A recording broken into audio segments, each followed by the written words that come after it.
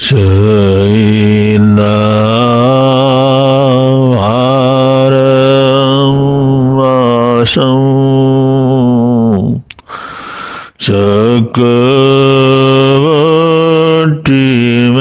चक्रवर्तिमहेन्द्रियो सन्ति सन्ति करे लोए पतु गई मणोत्तम जीणे पाशे तिनामेणं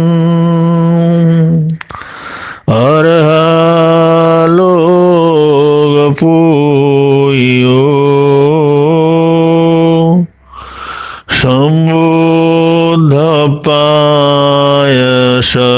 सम्बुद्धपायसबन्नो धम्मतीर्थ यरेणे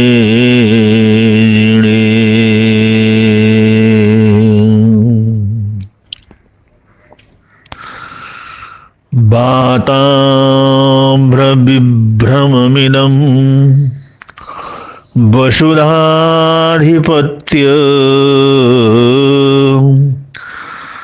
मापातमात्रमधुरो विषयोपभोग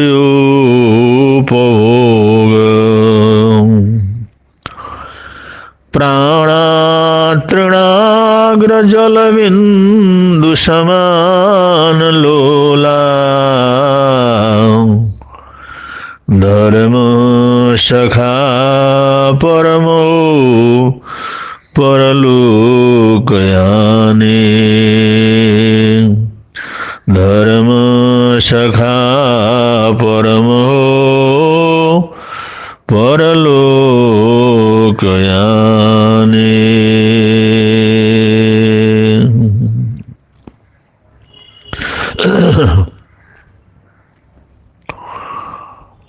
मृत्यु जीवन के साथ निरंतर रहती। मृत्यु और जीवन का संबंध परस्पर इतना घनिष्ठ है, वो क्षण भर के लिए भी अलग नहीं होते।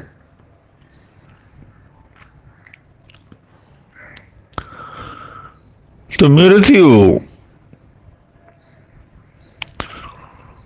वो किस समय जीवन के ऊपर हावी हो जाए और ये शरीर आत्मा से अलग हो जाए,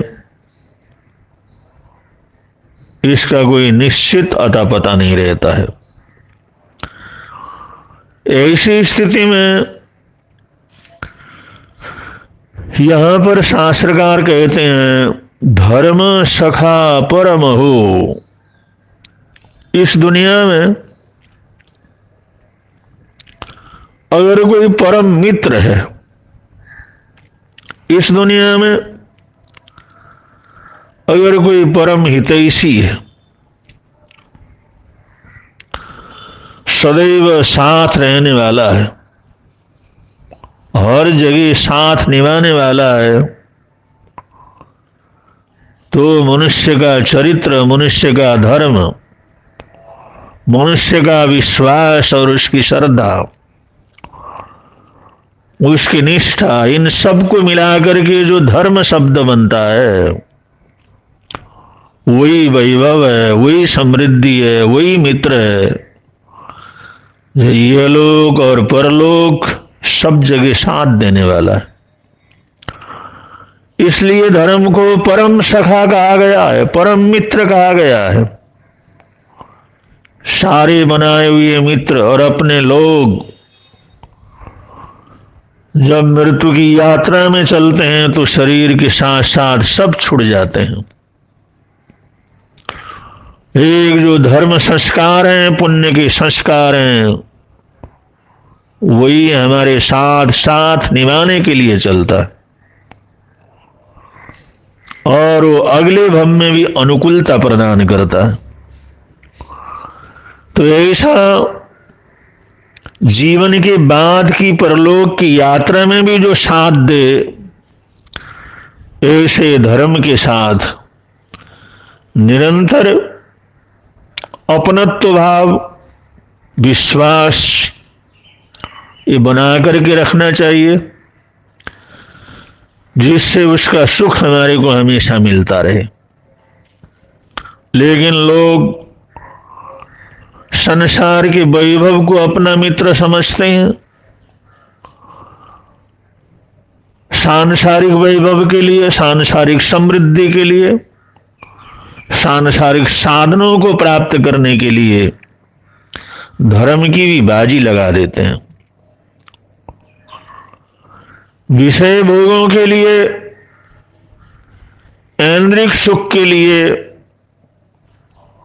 धर्म को तिलांजलि दे देते हैं। लेकिन ऐसे करने वाले लोग धर्म को अपना सखा नहीं बना सकते, धर्म को अपना मित्र नहीं बना सकते। और जिसका मित्र धर्म नहीं है, वो कभी जीवन के शिखर को प्राप्त नहीं कर पाते, वो कभी मृत्यु लोक से मोक्ष की यात्रा पूरा नहीं कर सकते। वो मृत्यु लोक में अधोलोक के अंदर ही परिभ्रमण करते रहते हैं। ऊर्ध्वलोक में भी चले गए तो ऊर्ध्वलोक के अग्रभाग को स्पर्श नहीं कर सकते। ऊर्ध्वलोक के अग्रभाग तक पहुंचने के लिए जो सबसे बड़ा सहयोगी है वो हमारा धर्म है।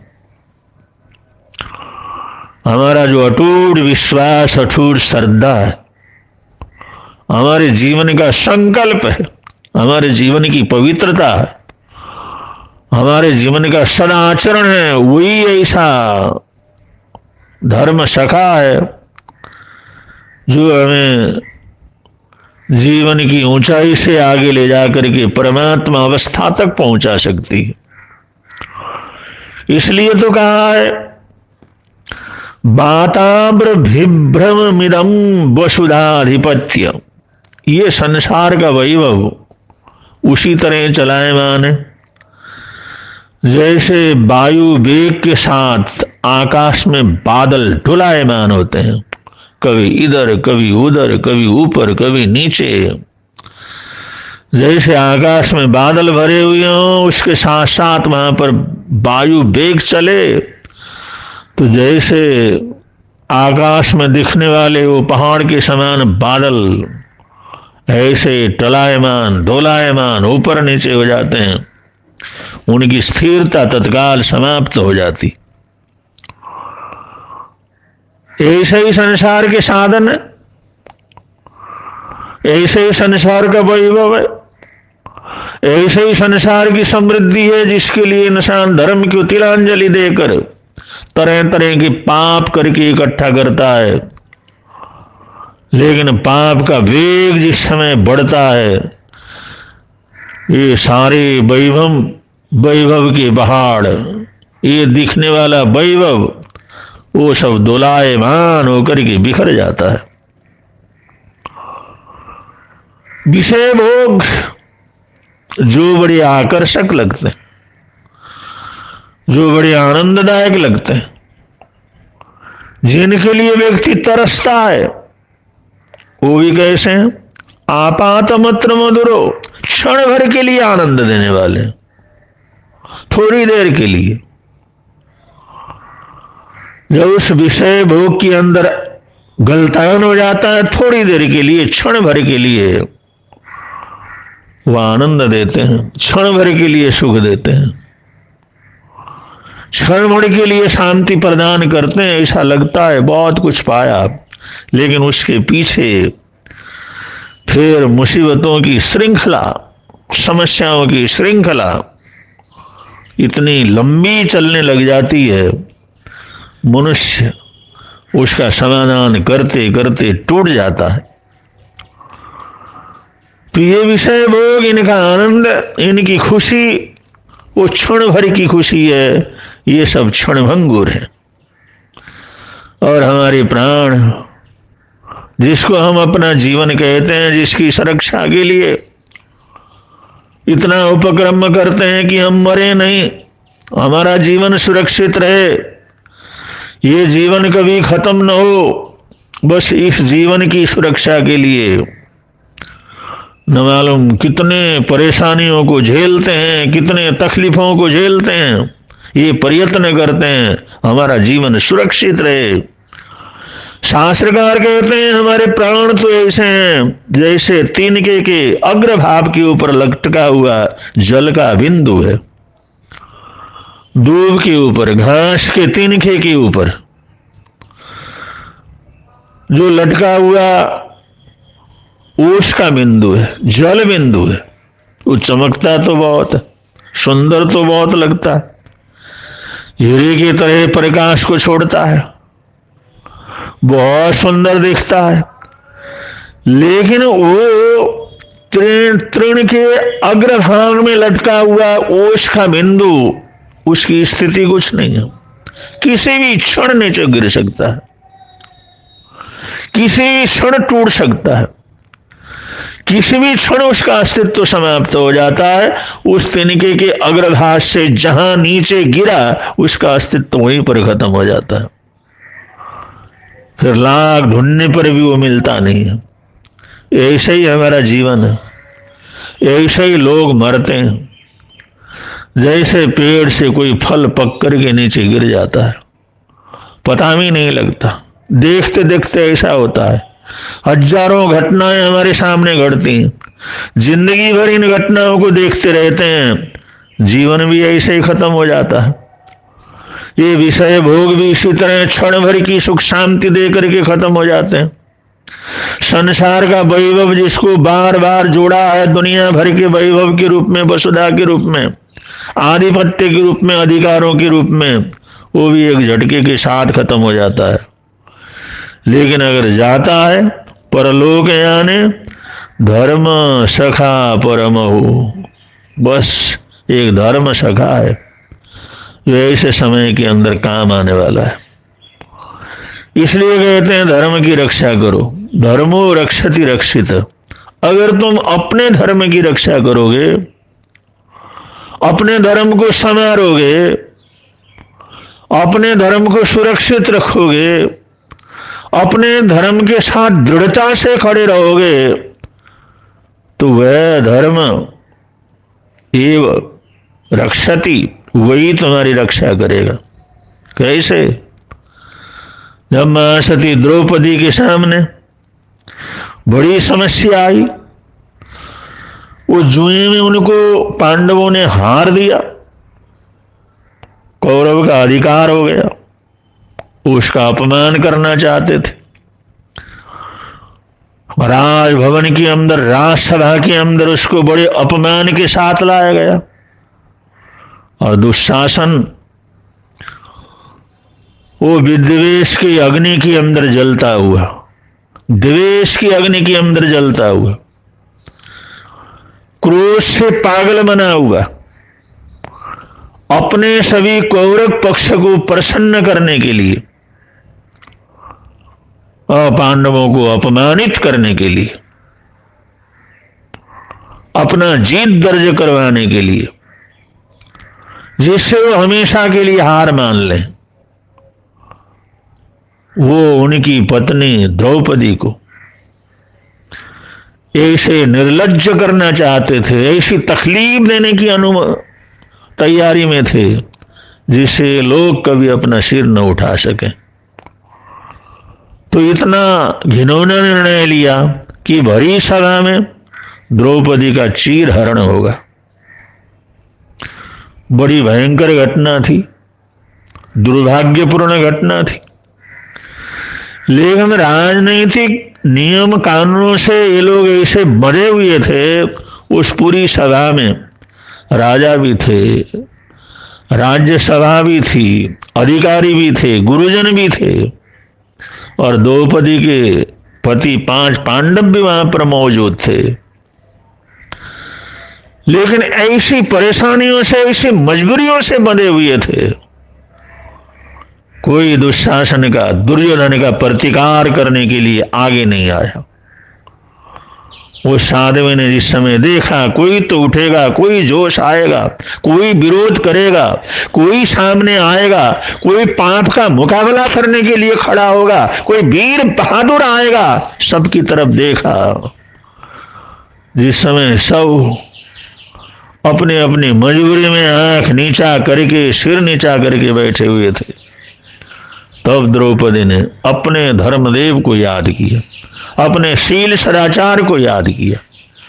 उन्होंने प्रार्थना की, हे प्रभु, अगर मैं धर्मात्मा रही हूं, शील सदाचार मेरा सुरक्षित हो, मैं शीलवान रही हूं, मैंने अपने धर्म को कभी किसी भी प्रकार से छत विच्छत न किया हो, मेरा धर्मदेव अगर सुरक्षित हो तो इस तकलीफ के समय मेरी रक्षा करे।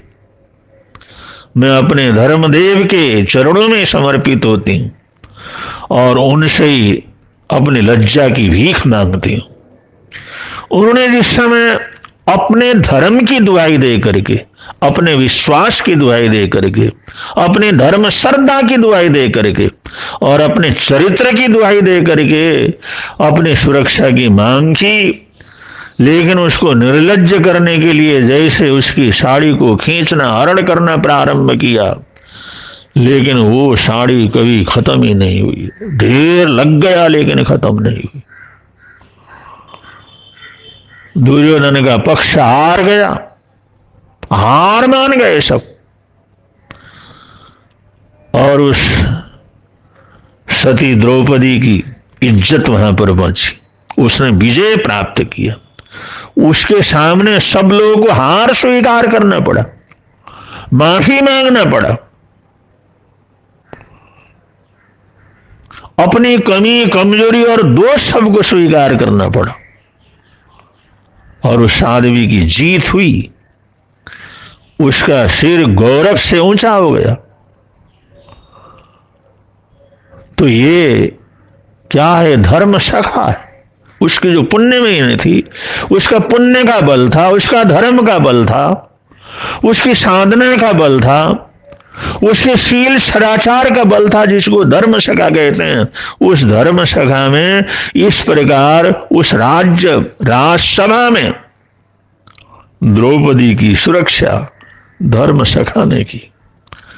वो धर्म सखा, कोई उसको कृष्ण मानते हैं, कोई धर्म मानते हैं, कोई शील सदाचार मानते हैं, कुछ भी माने, लेकिन धर्म है, धर्म के अंतर्गत है सारी चीजें।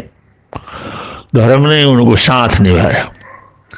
ऐसे ही सीता महारानी राज परिवार में जन्म लिया, राज परिवार में ब्याही गई, रामचंद्र जी की पत्नी, इतना मान सम्मान आदर सत्कार, इतने वीर बहादुर के जो घर की जो है श्रृंगार, लेकिन समय आया, तकलीफें आई, परेशानी आई, उसका अपहरण हुआ, और नारी जाति के सम्मान के लिए, उनके आदर सत्कार के लिए कि आगे से नारियों का ऐसा अपमान न हो, राम ने युद्ध लड़ा, रावण से उसको छुड़वाया, उसमें जीत करके सब कुछ जीता, स्वतंत्र किया। लेकिन इतना करने के बावजूद भी रामचंद्र जी ने जिस समय सीता उनको नमस्कार करने के लिए, पैर छूने के लिए आई, तो यह आदेश हुआ कि आप सीधा राम के पास नहीं जा सकते, आपको अग्नि कुंड से होकर के निकलना पड़ेगा, अग्नि परीक्षा आपकी होगी, इस अग्नि के बीच में से निकल करके जाना होगा। अगर तुम्हारा धर्म सुरक्षित होगा, अगर तुम धर्म देवी होंगी, अगर तुम्हारे धर्म में किसी भी प्रकार का कोई दाग न लगा होगा, तो ये भयंकर अग्नि का कुंड और इसमें जलती बलती अग्नि तुम्हारा कुछ नहीं बिगाड़ सकेगी। अगर तुम्हारे जीवन में कोई दोष लगा हो, अगर तुम्हारे धर्म में कोई कमजोरी होगी, तो ये अग्नि तुम्हारे को भस्म कर डालेगी। लेकिन राम तक तभी पहुंच सकोगी जब इस अग्नि कुंड से होकर के निकलोगी। तो राम ने उनका साथ नहीं निभाया, लक्ष्मण ने साथ नहीं निभाया, उस समय की जनता ने भी साथ नहीं निभाया। वो सन्नारी को आखिर धर्म की परीक्षा देने लगी। धर्म मेरे साथ है, धर्म मेरा सखा है, धर्म मेरा रक्षक है, धर्म मेरी सुरक्षा में है, मैं धर्म के अंतर्गत हूं और धर्म मेरे अंतर्गत। इसे कोई ताकत रावण क्या, ऐसे हजारों रावण मिलकर के भी मुझे और मेरे धर्म को अलग नहीं कर सकते, मेरे धर्म को समाप्त नहीं कर सकते। मेरे साथ मेरा अपना धर्म और मेरा धर्म में रक्षा करेगा। उस धर्म का शरणा लेकर के उन्होंने अग्नि कुंड के अंदर प्रवेश किया और उनका शरीर जैसे जैसे अग्नि के अंदर चली गए वैसे दैदीप्यमान होता चला गया, वैसे कुंदन की तरह उनका शरीर चमकने लगा। सबने क्षमा याचना की। स्वयं राम आगे आए और आह्वान करके सीता को स्वीकार किया। यहां भी कहने का तात्पर्य यही है कि चाहे प्राचीन जगत की तरफ जाएं, चाहे वर्तमान स्थिति के अंदर जाएं, अगर हम अपने धर्म के साथ हैं, धर्म दृढ़ है, तो वही धर्म हमारा साथ निभा सकता है। इसलिए धर्म को नहीं छोड़ना चाहिए, धर्म की रक्षा करनी चाहिए। धर्म की रक्षा करेंगे तो धर्म हमारी रक्षा करेगा। ये श्लोक के अंदर बतलाया गया है। धर्म सखा परमहु परलोक याने, यहां से परलोक की तरफ जब हम चलेंगे तो धर्म ही हमारा साथ निभाने वाला है। ऐसा ये लोग परलोक के अंदर साथ निभाने वाला धर्म, उसकी आराधना साधना जरूर करते रहना चाहिए। जो करेंगे यहां भी आनंद रहेगा, प्रभव के अंदर भी आनंद रहेगा। बोलिए भगवान महावीर स्वामी की जय।